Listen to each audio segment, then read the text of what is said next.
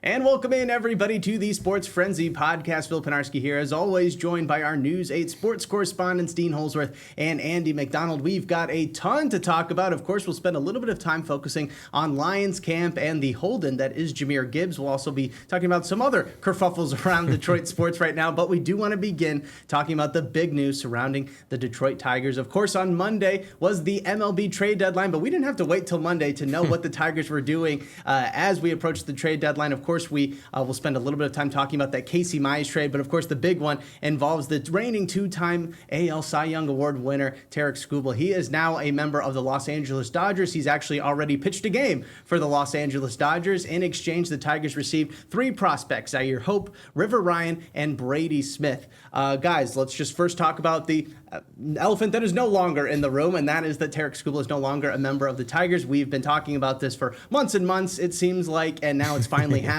Again, just years almost. Yeah, years probably, yeah. But again, initial reactions to the trade. Obviously, there's been a lot of talk about the return that the Tigers got, but again, I think the big thing to really focus on is that Tarik Skubal is no longer a Tiger. Yep. Andy, take it away. I guess so. It's got a lot to say. It's not like that for me. I guess I've wanted to trade him for a while. I've been saying that time and time again in this podcast. Did I think that they got back enough? No, probably not, just because of what everybody was saying about the haul that they should have gotten back. But the reality is, no matter how good he is, he's the back-to-back Cy Young winner and everything else.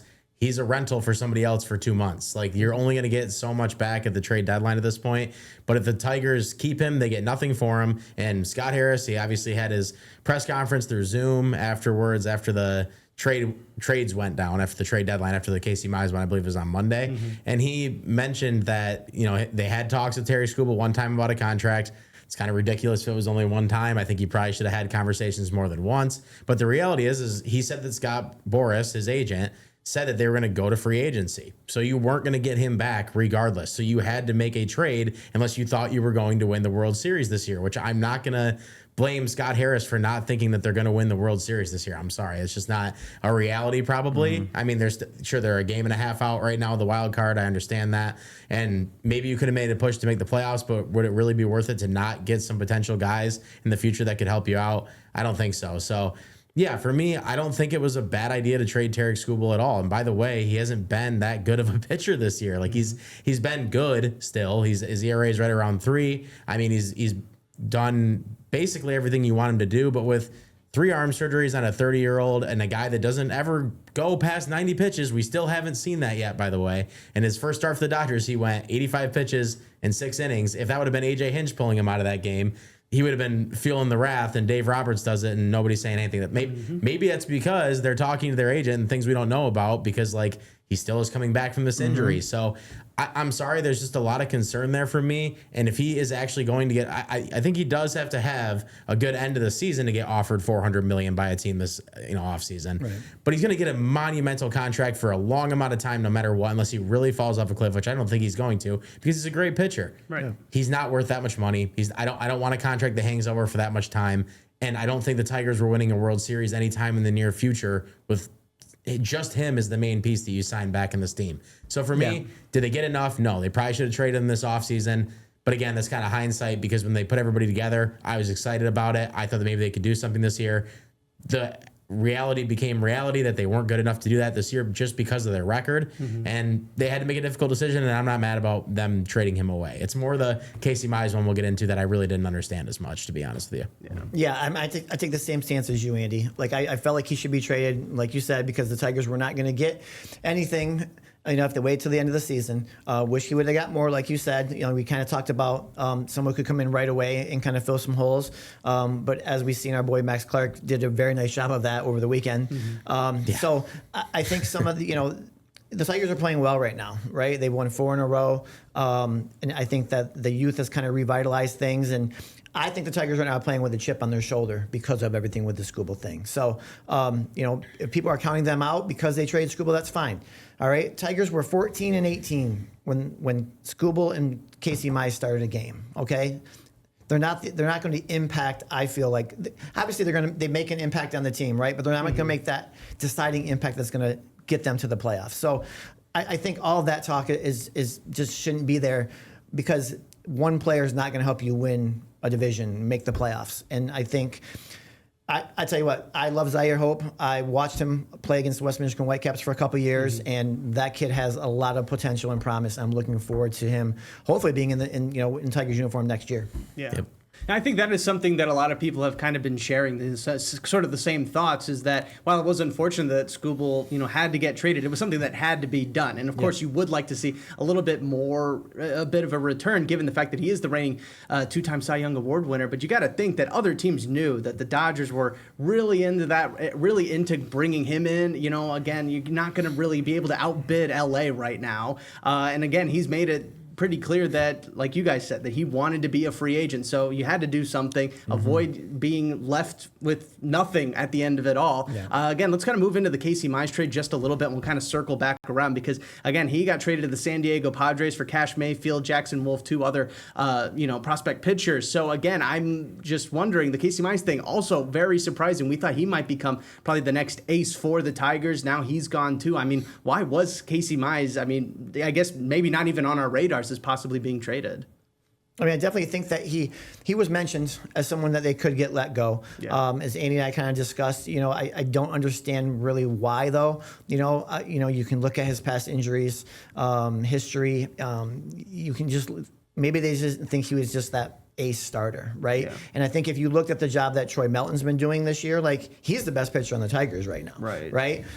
He's been, and especially last night against Seattle. So I feel like they felt they had some younger guys who could kind of fill the role of a Casey Mize and Tarik Skubal, and that's where they kind of landed. We can win without those guys, and unfortunately, I don't think you're right, Andy. They didn't get as much from Casey Mize as I would have liked as well.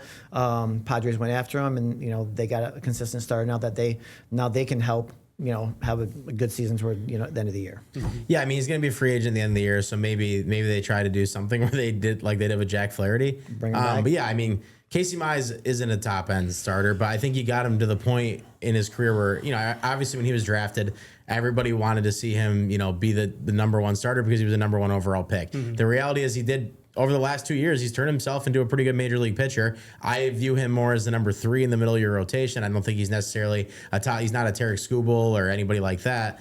But what I do think is that he's definitely worth walking up to and saying, do you want to come back to Detroit? Like, if we offered you this much, would you take it? I not offering him any kind of, qualifying offer or anything to any deal for the future going into free agency or try to extend him now while he's still on the team is kind of crazy to me. I feel like he was a valuable arm for this team and could have been going forward if they would have been able to keep him. I think he is going to probably be a little bit overpaid, but you got to do that with some players. That's just the way that it is. I think he's probably going to have his contract start with the 2, and because you could look at Jack Flaherty on their team, he's getting paid $22 million to not be as good as Casey Mize has been. That's for sure. He's going to have a fight for that for sure. Maybe the Tigers don't want to pay that much. Fine.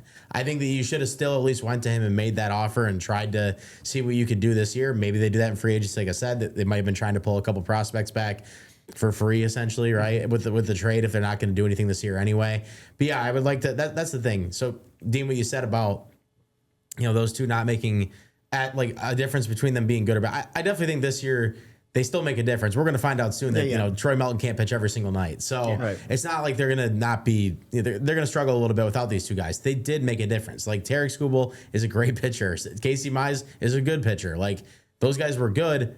But at the end of the day, I'm not too upset about them getting rid of Skubal because of what the cost is going to be at the end of the year. Casey Mize, I just feel like you could have maybe worked out some kind of deal that wasn't going to be ridiculous. It was going to be more along the lines of what they want to do when it comes to these deals. But I think they have a lot of confidence in Jackson Jobe coming up, who's going to start this weekend, and we're going to be able to see him for the last couple of months of the year. Yeah. I don't think it was ironic at all that Max Clark got called up when he got called up, because obviously, Scott Harris straight up said it, the Baltimore game when we were doing the golf podcast, he said that was the decider of like what that basically turned it away, because then they didn't pitch Casey Mize the next game, and they started to go into their trades from there. Do you believe that though? that one game was the deciding factor. I do think to a certain extent it could have, because of how many games they were out. I think if they would have been this many games out of the wild card right now, I think that he still tries to go for it because it's what he set out to do. Right. I think Scott Harris does have a good relationship with all these players. I really do think that. I think that he likes like the guys he's drafted.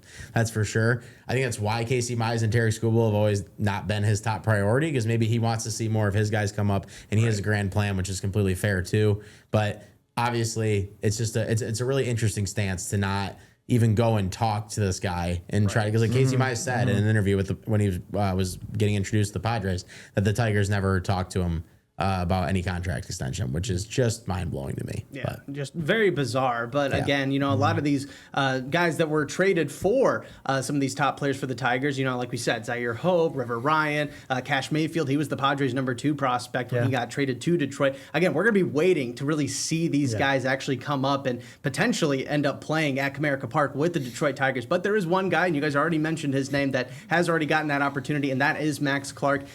He's been playing pretty well since he's been caught up. He hit his first major league homer. He had 3 hits in his first ever game against the A's there. What have you really thought about his short stint right now in the majors? Kind of what we've all been really hoping for, at least. Well, that's where you have to give Scott Harris credit, is the fact that with the position players, you're really starting to see it right now. I'm not going to overreact to Max Clark yet. He struck out 3 times last night in Seattle. He has gotten on base 10 out of his first 16 times, which is really impressive. Yeah. He did play some great defense last night in Seattle, made a really nice sliding catch, got to a ball deep in center field too.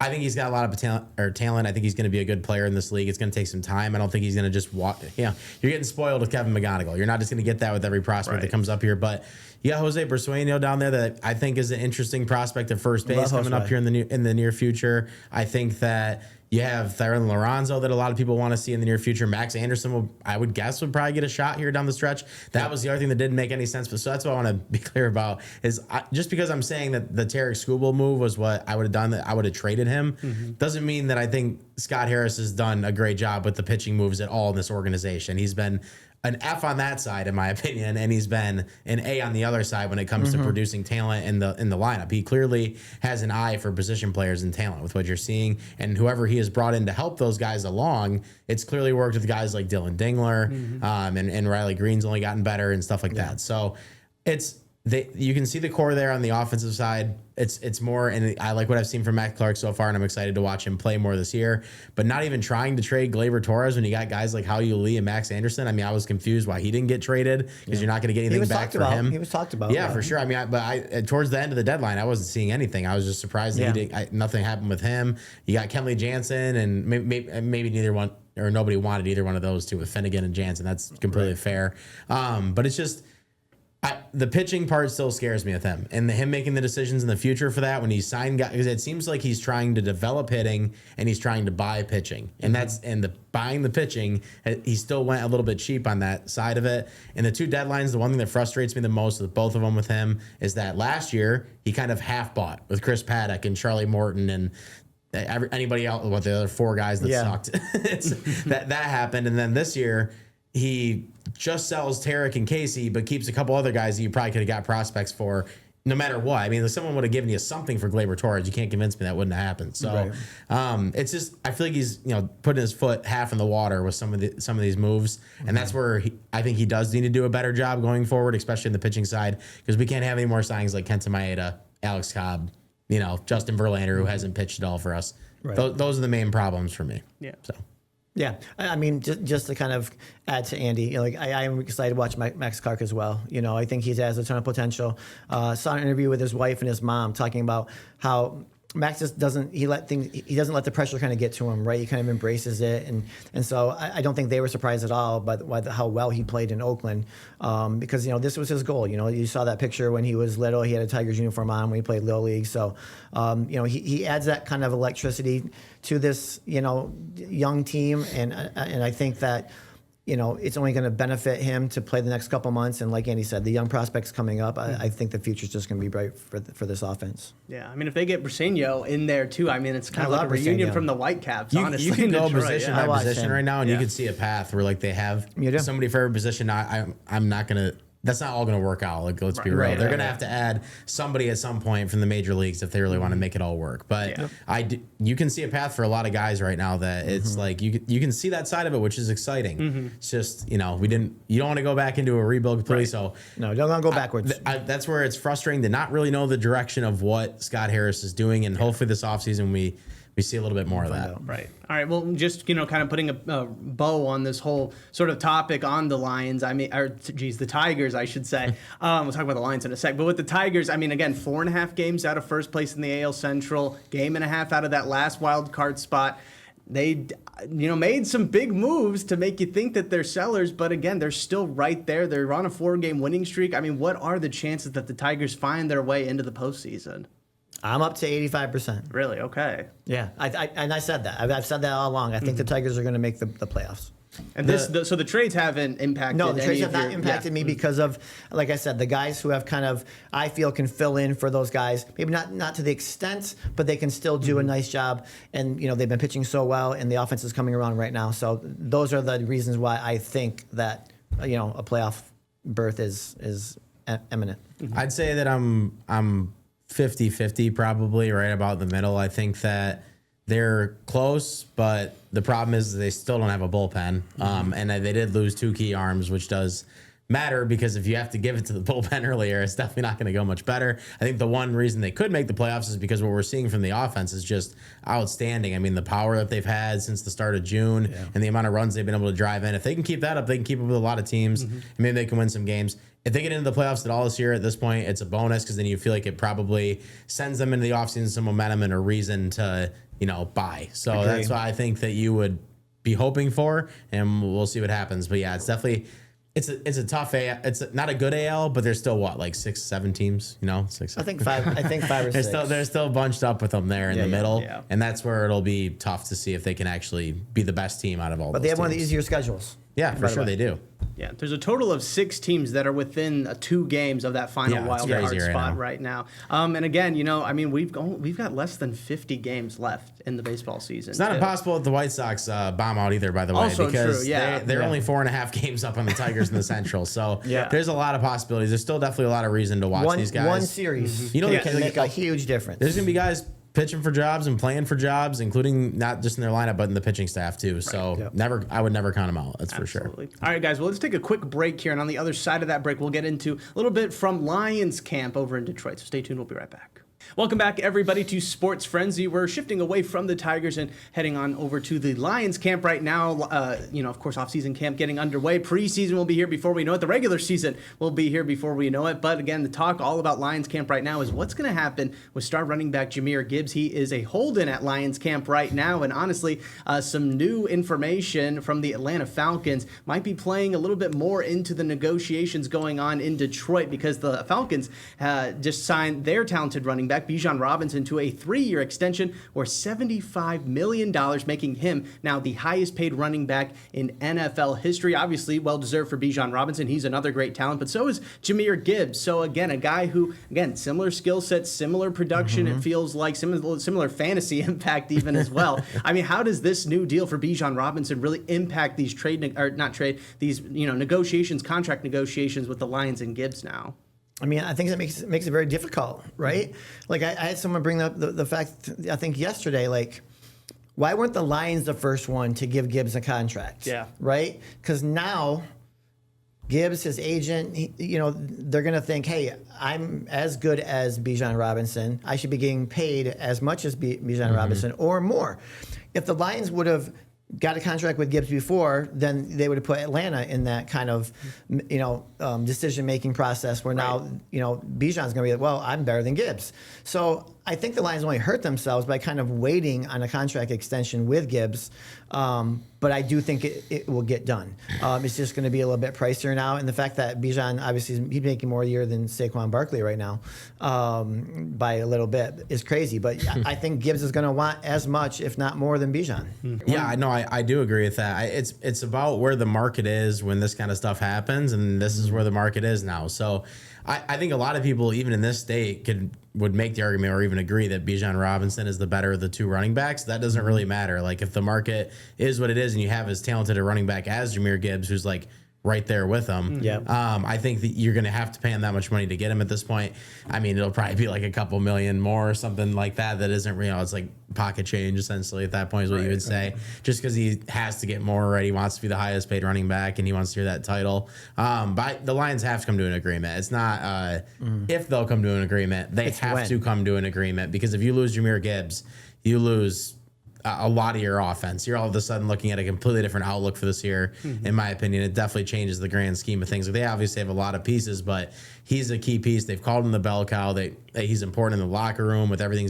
He's pretty good with all these guys, and I'm sure they want to get him back out in the field as soon as possible. So I'm sure they're working towards it. I mean, a lot, and every insider that you'll watch on NFL Network and stuff, they've all said that there will be a deal done here. Right. It's getting close. We're just not exactly sure when. So it'd be an absolute shock to see anything else. But yeah, you need to get it done. I mean, he's a huge part of this team, and if you don't, that'd be crazy. But yeah, Bijan's at the table. Bijan deserves it. I mean, the one difference is like Bijan pretty much has better numbers in every category. Jahmyr Gibbs just has about 20 some odd more touchdowns than him, so he's done a good job of finding the end zone. I think some of that has to do with the offense he plays on. But yeah, it's Jahmyr does so much of this offense, and you got to remember David Montgomery was a huge part of this offense before this season. So we'll really see Pacheco, I think, will have a role, but this is Jahmyr Gibbs' year. Like if they pay him, they're gonna use him. He's gonna get the rock a lot. Right. And that's what I was gonna say is, this is a little bit different than maybe a year ago when you could say like, okay, say this, hold-in situation goes a little bit longer. Well, we've got David Montgomery, who's a really great running back, but now you're kind of like, okay, Isaiah Pacheco is very serviceable. I would not hate to maybe run with him, but again, I'm like, is he Jahmyr Gibbs? I mean, I feel like that really flips the whole offense, what the offense is going to be trying to do with Detroit if they have to, rely more on Pacheco than having a guy like Gibbs. So again, we're all kind of in agreement here that there is going to be a deal on the table, but the question now becomes is Jahmyr Gibbs going to be happy, disgruntled? I mean, how is he going to feel come week one? Do you think he's going to be a happy line, getting that deal that he thinks he deserves and, actually was able to negotiate for? Is he going to be a little disgruntled maybe come week one? He's still on the Lions, he's still helping out, but he's looking maybe to the future about possibly leaving. Or, could this all really blow up and the Lions decide to just get rid of Gibbs altogether? I mean, where do we really view Jahmyr Gibbs come week one? I mean, a happy lion is one that gets fed, that's for sure, right? So I think he's going to get the money. So as long as he gets the money, there's no reason for him to be disgruntled, I don't think. Like, this is just business. I think he at least understands that side of it. Actually, he was, passing reporters the other day, and they kind of were all like asking him questions, and he said it wasn't about the money. It's the biggest lie I've ever heard. It's 100% about the money. Like, obviously, he doesn't want to get hurt either to screw up his contract, but it still feeds into the money that he wants. So it's all about that. If he gets the money, he'll be good, and he'll play for this team. I think he does want to play here. I think he likes Detroit. I think he likes his teammates. He likes the organization. They're the ones that traded up to draft him and give him the chance in the first place. I can't see him being disgruntled week one if he gets paid. If he doesn't get paid, we're talking about a completely different situation. Who knows what you're going to get at that point? And at that point, I think he even has a right to be that way about it. But yeah, we'll see what happens. But I think they pay him, and I think he's fine. Yes, totally agree. He wants to get paid his value, and his value is great. And you want him to be a Lion for the next 6 years, because I think he puts the Lions in an opportunity to be competitive for the next 6 years, right? So you don't want to lose that, and who's not going to be happy swimming in a pool of money, all right? So that's, he's going to be happy. He's going to be a happy Lion. And I think there's going to be no hard feelings, and we're just going to move on, and for the next 6 years, and hopefully have a superstar on our hands. Yeah, no, again, but it feels like there is kind of this running gag right now with Detroit's teams, and having some disgruntled stars right now, and trying to work out what to do with their futures. I mean, obviously we're talking about Gibbs right now, but we've spent quite a few episodes talking about the Dylan Larkin situation with the Red Wings. We've also spent some time talking about Jalen Duren and how he still has not signed with anybody, including the Pistons, and we're in the almost middle of the offseason for the NBA right now. So the question to you guys is, which Detroit sports kerfuffle, I guess, really gets figured out first? Is it Larkin and the Red Wings? Is it Gibbs and the Lions? Is it Duren and the Pistons? It's got to be Gibbs and the Lions. Yeah. I mean, I think Gibbs and the Lions gets figured out first. I think the more interesting one is between Duren and Larkin. I don't know which one of those two gets figured out first. I mean, Duren thinks he's LeBron James or something with the amount of money that he's asking for. Maybe the question should be, which one will end last? Which one's going to last? I don't know. Honestly, I think the Duren one will end last. I'm going to go with Dylan Larkin, as sad as that is to say. I think for me, like, they still don't have a general manager yet. Like they still haven't made that decision. Like Steve Yzerman is still probably making some of the decisions that they have to make because he's in, upstairs doing whatever he's doing up there. So I don't know, I have no idea what's going on with that organization in general. And I have no idea what prompted the issue with Steve Yzerman to step down and everything else. It's a mess there. So I think it's going to take a while for that. Whoever does take over at GM, they're saying maybe it won't happen until September is what I've been hearing a lot. And if that doesn't happen, that's crazy, man. We're talking about months at that point without having a GM and you're stepping right into camp and everything. Mm-hmm. I think that one takes the longest. I think the Pistons do figure it out with Duran at some point here. They have to, right? I don't know. Yeah. I agree on all accounts. Yeah. I think Gibbs gets signed in the next week. If you don't figure it out with Duran, what do you do? I don't know. Reed saving the day. Yeah, exactly. I can't be without making any other signings this offseason. Duran probably has some leverage now, and I think he knows that a little bit. Right. So yeah, and then again, I think it's kind of flip-flopped who's got the leverage in that situation because at first you got to think, okay, the Pistons, he visited all these other teams and nobody offered him what he wants, so we've got all the leverage. But now Pistons kind of have their backs against the wall too. So we'll see what happens there. Kind of going back to the Lions though, real quick, we also want to mention that the Lions did sign veteran All-Pro linebacker Devin White to a 1-year deal. That is a huge signing. Huge signing. Let's talk about how huge that is though, because you're bringing in a guy who is, of course, a little older, but tons of accolades, tons of experience, a Super Bowl championship as well. What can he really bring to this Lions team that, could really use a guy like him? Yeah, I think he brings experience and, leadership to the locker room. Those are two things, and he's a very talented football player that I think is going to really, really help the Lions on the defensive end. You got him and Jack Campbell out there, together.